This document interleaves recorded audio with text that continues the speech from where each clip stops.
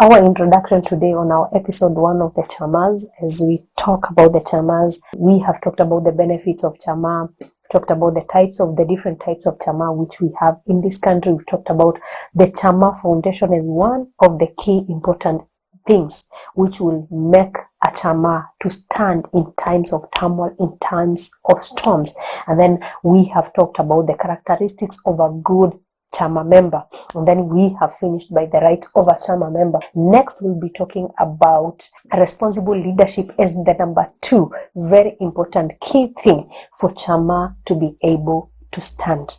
When we talk about leadership, what are we talking about? For any chama to stand, then there is need of responsible leadership. It falls or stands at the place of leadership. A chama with visionary leaders who understand their roles and are committed to ensuring the chama succeeds would be the joy and the pride of their members. When a chama has the right leadership, then there is direction. And when you talk about this, what are we saying? We're talking about good leadership in a chama. And as we choose our leaders in a group or in a chama, these are some of the characteristics or qualities we need to be very careful to observe. There are people who are generally good leaders. Even in families, there are people who will just give leadership in whatever thing is being done in a family. There are those whom we might identify from the word God. There are others when we come together in the group or in the chama will be able to know. And so some of the qualities of a good leader in any chama is that he or she should be able to set an example to the members. A good leader is one who knows the way, shows the way, and goes the way. If a chama leader does not walk by example, then they mislead people. He has the vision at hand and goals and is guided by the objectives of the group. And that is what makes a good leader, who is able to set an example to the other members of the group. A person who is able to say this and they follow. They are not preaching water and they are taking wine. They are not saying that this is what we need to do, this is how much we are supposed to contribute, and they don't contribute. It should be the first one. When a decision is made in the group, a good leader should be in the forefront to ensure what has been agreed on in the chama is fulfilled. Number 2, a leader should be very courageous, should be full of courage, and should be also full of determination and perseverance. There are those times when the members would want to drive the leadership of the group in their way. A leader should be courageous, to be able to say no to some of the things which might put the chama in trouble. It should be determined to ensure that the goals and the objectives of the chama are being achieved.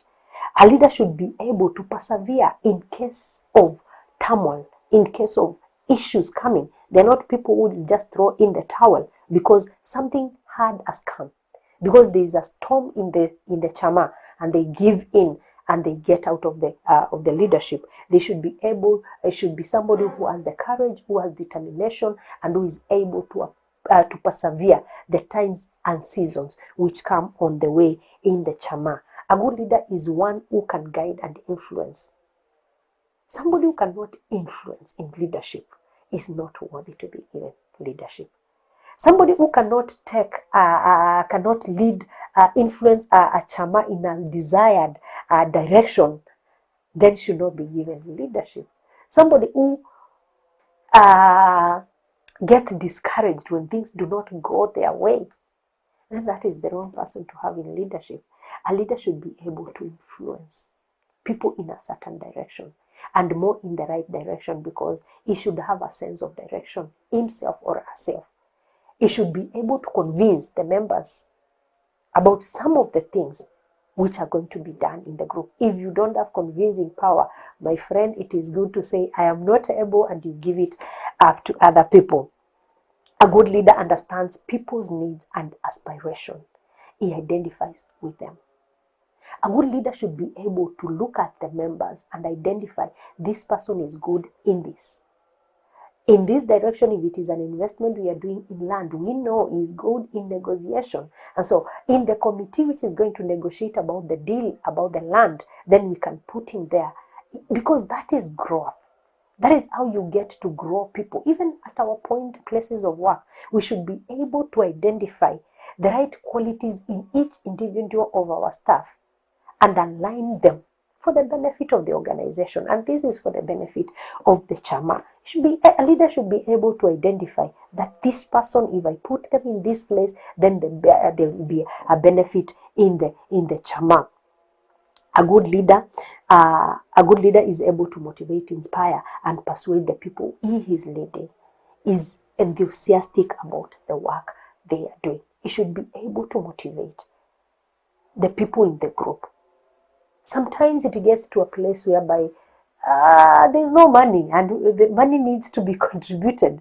So instead of doing something else, what will make this member to bring their money in the chama?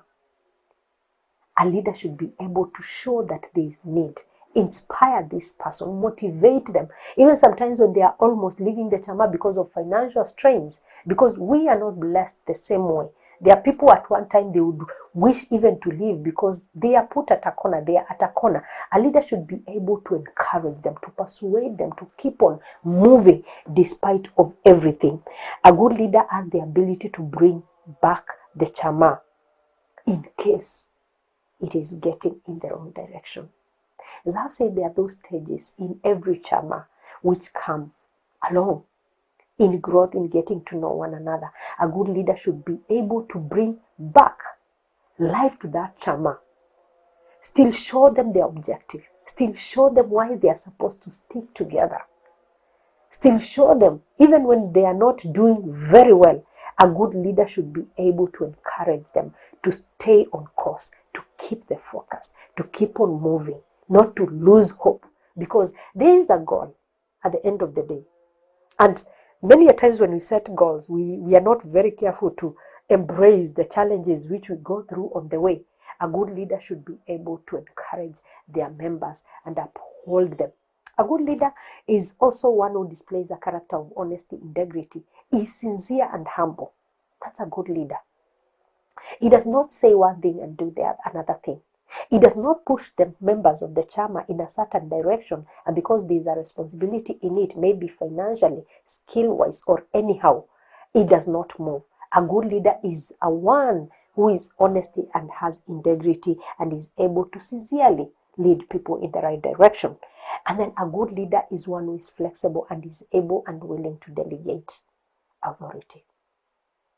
We find a leader when they are not available and there is a stipulated meeting, they just choose to have the meeting cancelled, then that's not a good leader. A good leader should be able to delegate their duties. They should be able to be flexible. Maybe there is a reason why we cannot meet and there is a set date of a meeting. If it's something which can make the group or the chama not to meet, a leader should be flexible. And if another date which is set and all the other members, majority of the members will be there and they are not going to be there, they should be able to delegate. It's not a one-man show. They are leaders. When you give them leadership, they don't want to get off that seat. Why? They believe in themselves so much, they don't believe in other people. Remember, in a chama, as I've said, people grow. People have grown their leadership skills in a chama, and so they should be able to delegate willingly. Say that I've identified this person, also the vice person or another member in the chama, and be able to delegate authority. And even sit, even when they are in the meeting, they can identify and see this member shows that they can do this thing better. They should be able to delegate. A good leader is observant about people's feelings and is able to moderate his behavior if it will make people respond and work better. There are those times when there are some people who could be misbehaving in the chama, but they are good. A good leader should be able to be observant. If somebody has been contributing their money or their investment money very well, and then it comes to a place whereby they are not contributing, they are not available, but they have been consistent, A good leader should be observant to know this is not the character of this person. What could be the issue?